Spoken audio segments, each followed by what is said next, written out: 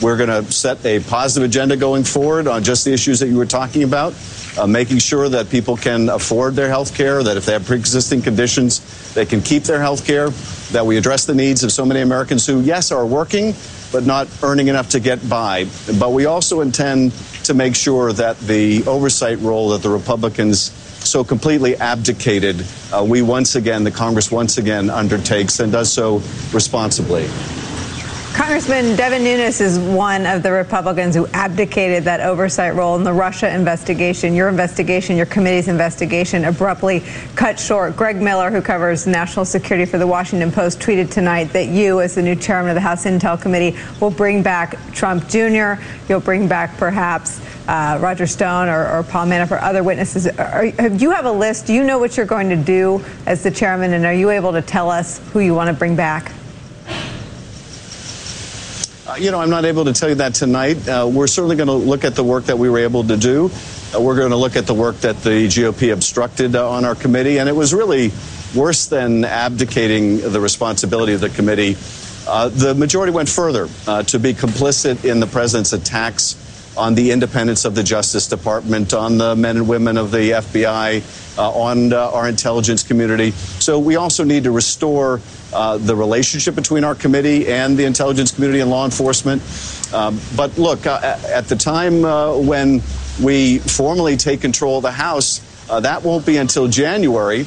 And we'll have to see what Bob Mueller has been able to do and what Bob Mueller has been able to say, either via indictment or via report.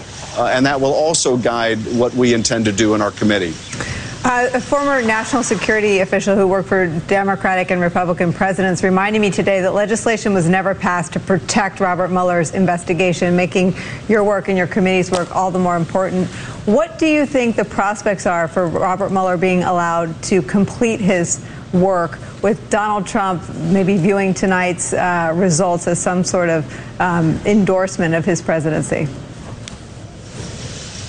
I think that the chances that Bob Mueller will be able to finish his work improved for the reason that our committee and others like the Government Reform Committee and the Judiciary Committee, which under Republican leadership served as basically surrogates for the president in their efforts to batter down the Justice Department, to give the president a pretext to fire people in the Justice Department. All of that tearing down of the independence of these institutions is going to end. Now, that doesn't mean that the president can't still act in ways that are antithetical to the rule of law and the interests of justice, but it does mean that we're better able to protect our institutions and see this investigation, I hope, complete. Hey, Congressman, we're going to join Nancy Pelosi in progress. Just in the closing seconds before we do, I have a question for you about the integrity of our election system. How thorough and complete, in your mind, is Russian intervention into our government and our systems? Do you look at any numbers on a night like tonight and worry there are any shenanigans going on? Do you think we have integrity in all the numbers we've reported tonight?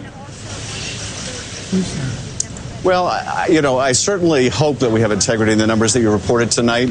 Honestly, as we've approached Election Day, my concerns over what the Russians were doing were less than my concerns over what the Secretary of State in Georgia was doing, over the elections equipment in Texas, over what was going on in Nebraska, over what might have been self-inflicted wounds in terms of our election integrity, but as well the fact that so many states still, at this day and age, after what we've been through, do not have a paper trail, I think is just negligence on its face, and we're going to have to do far better than that in the future. Congressman Adam Schiff, Chairman-elect Adam Schiff, thank you very much for joining us from Burbank, California tonight. We appreciate it. And on the left-hand side of your screen, we'll listen into this. This is, in effect, the management structure of the new House of Representatives on the Democratic side. Virginia. And the issue of California. D.K. Butterfield of North Carolina. Barbara Lee of California. Henry Cuellar of Texas. Karen Bass Lewis of California, Don Beyer of Virginia,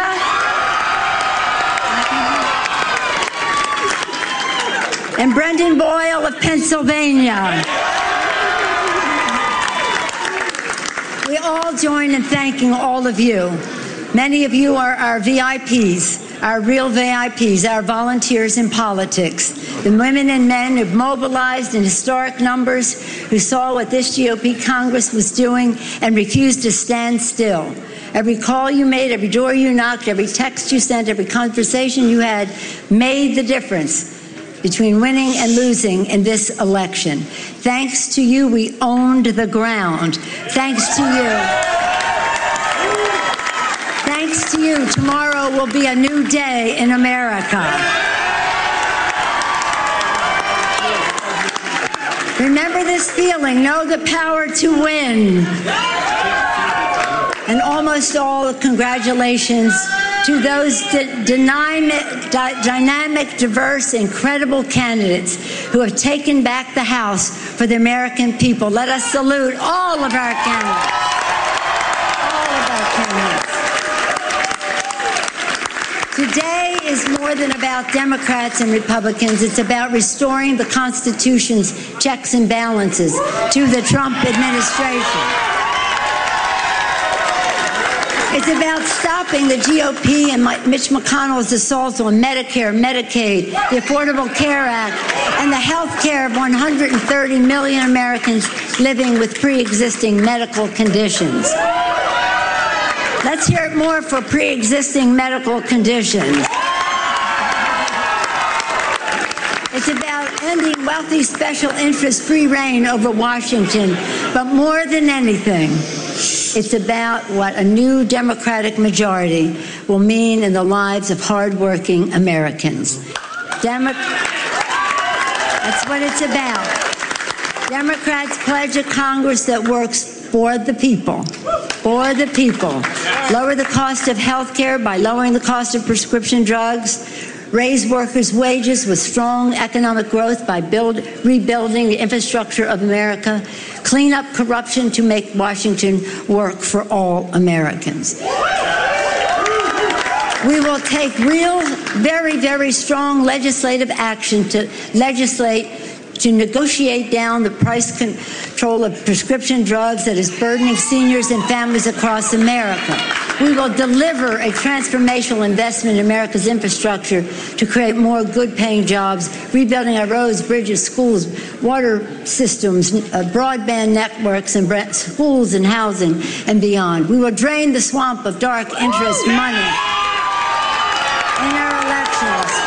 Because when we do, Americans have greater confidence in everything their Congress works on, from health care to taxes to guns to clean air and clean water for our children, when they know that the people's interest will prevail, not the dark special interest. In stark contrast to the GOP Congress, the Democratic Congress will be led with transparency and openness, so that the public can see what's happening and how it affects them, and that they can weigh in with the members of Congress and with the President of the United States. We will have accountability, and we will strive for bipartisanship with fairness on all sides. We will have a responsibility to find our common ground where we can, stand our ground where we can't, but we must try. We have a bipartisan marketplace of ideas that makes our democracy strong. A Democratic Congress will work for solutions that bring us together, because we have all had enough of division.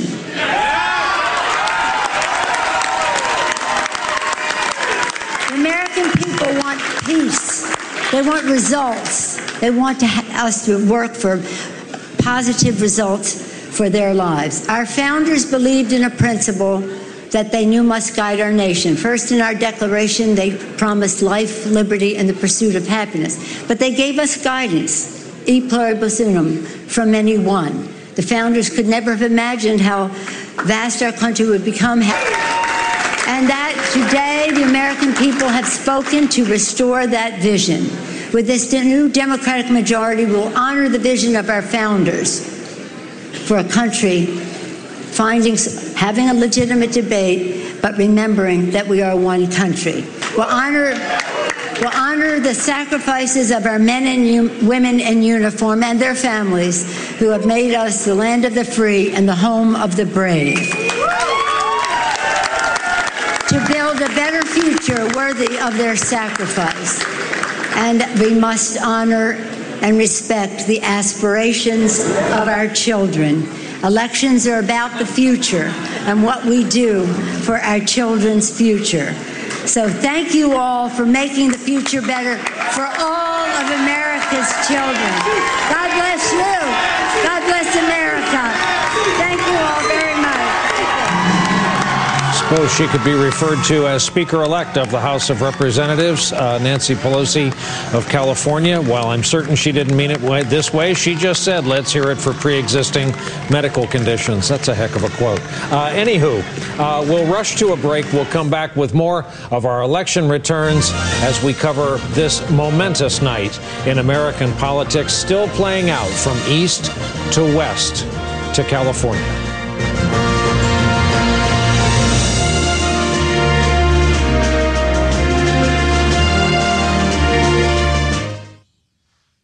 Ron, something's going on. Get the ultimate Black Friday deals at JCPenney. Hurry in now and save up to 40% on select major appliances. Plus, buy more, save more. Get up to a $600 Visa prepaid card when you buy 2 or more qualifying appliances. Plus, get up to 36-month special financing with your JCPenney credit card through 11/29. JCPenney. Style and value for all. Event is valid 10/31 through 11/29. Conditions and exclusions apply. Subject to credit approval. Minimum monthly payments required. Must request at time of purchase. See store or jcp.com/appliances for details.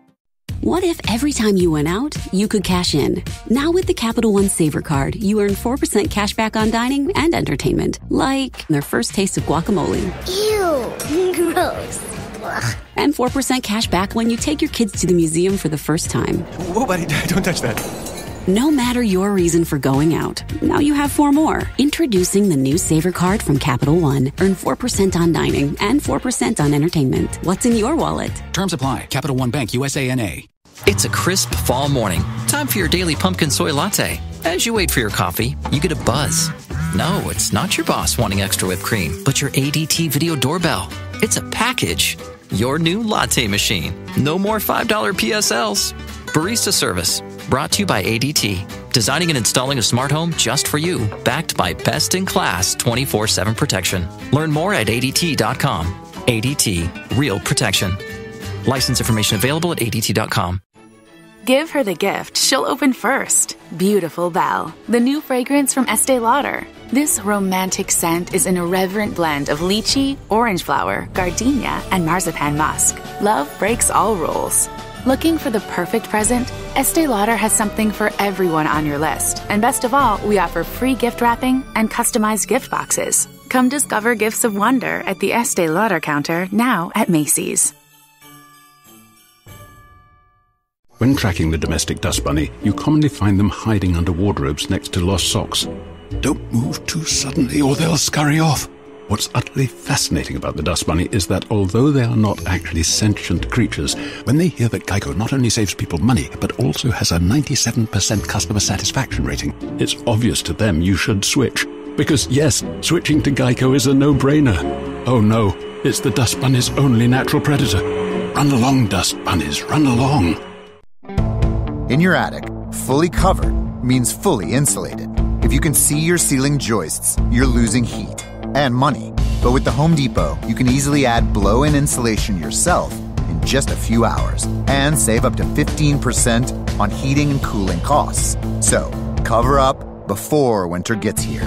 Save on insulation and get a free blow-in machine rental with any 10-bag purchase. Only at the Home Depot. More saving, more doing.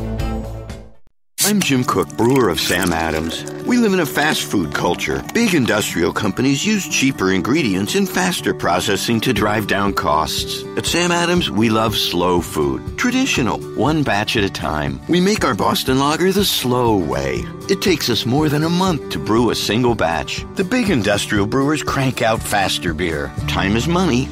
Slow beer takes patience. But in the end, slow just tastes better. The Boston Beer Company, Boston, Mass. Savor the flavor responsibly. Here's an important state, a tough state to figure out politically because it's several states in one, as so many of them are. But here is your new projected GOP senator from the great state of Missouri. We had an interview with Claire. Let's listen in. He really has had to endure, especially in this campaign. You don't even know how nasty they were. It was terrible what they tried to do to him. And then look at this, huh? These are my siblings and my children and my stepchildren and a small part of my grandchildren. Many of them are too young to be up this late. So how can I look to the future and be anything but blessed, right?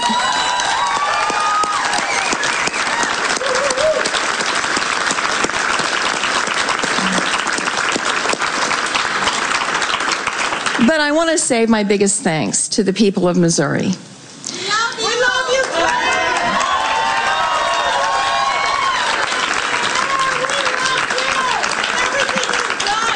The people of Missouri allowed me, beginning when I was 28 years old, to serve the public, to serve them, to be a public servant. And for decades, I have been blessed to get up every day and work in a challenging and interesting job, trying to make things better in people's lives. It has been such an honor, and this state drives me crazy, but I love every corner of it. I really do. I mean, I even love the reddest of the red counties, and there were a lot of them tonight.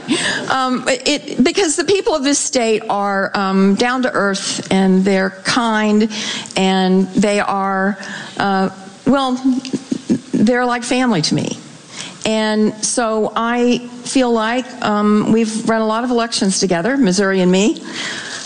My record ends at 22-2. Not a bad record. McCaskill, you heard her there, her record 22-2, but there on the left, Josh Hawley is your new Republican senator-elect from the great state of Missouri. I'm told Mr. Kornacki is ready to catch us up on some of the races we have not paid close attention to all evening. Well, we got a squeaker in Wisconsin. Tony Evers, the Democrat, trying to unseat Scott Walker. Fourth shot Democrats have taken at Walker. A 12,000 vote lead for Evers because just in the last few minutes, a big batch of votes came in from Dane County. Think of Madison, University of Wisconsin, big Democratic bastion there. Now, most of the vote is suddenly in Dane. This thing was separated by a couple hundred votes as of a few minutes ago with that big batch from Dane that just came in. About a 12,500 vote statewide lead for Tony Evers over Scott Walker. Not a lot of vote left. Where is the vote left? Probably the biggest single place, Brown County, about half the vote in. This is Green Bay and the surroundings. Scott Walker doing very well here, so you'll expect him to make up some of that here. You'll also in Barron County, this is a place where Donald Trump got about 60% of the vote in 2016. You can expect Walker to make up some there. Also, though, these are some smaller counties down here. Evers might do well here. One thing I've been looking for in Wisconsin, this state was home proportionally to the most, they called these things pivot counties in 2016. They voted for Obama 08, Obama 12, Trump 2016. There are 20 of them in Wisconsin, a lot of them right down in this corner of the state. And you can see Evers winning back. I think he's winning back about a half dozen of those pivot counties. So that's the development there in Wisconsin. We'll continue to keep an eye on it. And in Montana, John Tester trying to hold off Matt Rosendale. You see Tester leading right now statewide. Here's the thing I can quickly show you to go through this. Tester, of course, had a close re-election in 2012. In a lot of these key counties, if you just start looking at them, Flathead County, Republican county, but in 2012, when Tester won re-election, he only got 37% here in this core Republican county. He's doing 8 points better. Remember, he won statewide, getting 37% of the vote here. How about Lewis and Clark? This is a Helena. This is a Democratic county. Tester got 54% of the vote here when he was narrowly re-elected in 2012. He's up to 62. We are seeing this all over the place here. He's running 7 or 8 points better in these key counties than he did when he narrowly won re-election. You see the designation we've put on this is it is too early to call, but you see Tester out in front there in Montana. So, Steve, can I just go? So there are 5 Democratic senators who are up for re-election tonight who are not just from states that Trump held, but they're from states that Trump held by double digits in 2016. McCaskill, Heitkamp, Donnelly, Manchin, and Tester. So far, we know that McCaskill, Heitkamp, and Donnelly are all out. Manchin has definitely held on to his seat. And Tester, as you said, too early to call, but he looks like he's well situated compared to his previous election campaigns. You would rather be Tester looking at the numbers I just showed you than Rosendale right now. Okay, let me ask you about one other thing. You mentioned that squeaker of a governor's race in Wisconsin. Can we possibly go to Iowa? Yes. And look at the governor's race in Iowa? I've been watching these numbers come in, and that seems wicked close, too. Yes, Kim Reynolds has just taken the lead here, and I have to catch up exactly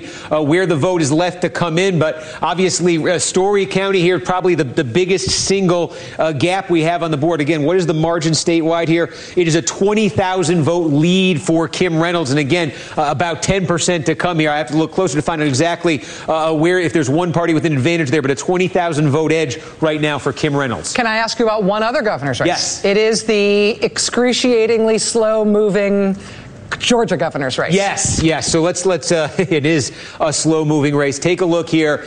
Brian Kemp, I think the question right now, and you can see most of the vote in, the question right now with Kemp leading by 3 points, is he going to finish over 50% and avoid that runoff? And again, the guidance we're getting from our decision desk is they think he is more likely than not to do that, but they're not calling it just yet. But I do want to point out one other aspect of this Georgia governor's race I said to keep an eye on. Just take a look at Gwinnett County right here. Stacey Abrams right now winning this thing by 12 points. Just look at the modern voting history of Gwinnett County. Hillary Clinton, I said, first Democrat to ever win this thing in 2016. Romney got it by almost 10 points in 2012. McCain got it by 11 points, and it was bigger Republican margins before that. You see the trajectory here. Abrams now, this is one of the best Democratic performances really ever in this county. It is in a governor's race in the modern times. What that has done, that performance, I think, take a look at this in the House, the 7th District of Georgia. This is a Republican incumbent. Look at this. Carolyn Bordeaux, Democrat. All the vote is now in. She's 10,000 votes ahead in this race. It's because of that county I just showed you. It's because of Gwinnett County. 80% of this district, Gwinnett County. There's a rounding error, so it adds up to a little bit more. But Bordeaux, you could say, potentially here powered by that Stacey Abrams campaign in part, getting huge vote out of Gwinnett County, and it looks like on the verge of taking out Rob Woodall, Republican congressman. Now, can we also see Georgia 6? Is that the race of Karen Handel's race? That's right next door. Yes. Now, again, here's a squeaker. 800 votes. 100% is in right now. Karen Handel leading by 800. And I'm just going to quickly see the 3 component counties here. This is, DeKalb. This is the Democratic base here. You're looking at about what Ossoff got out of there. Fulton County, in that special election they had last year, handled it a little bit better in Fulton County. This is about what she got out of it. This looks very close to a repeat of that special election last year, with Handel not quite as strong in Fulton County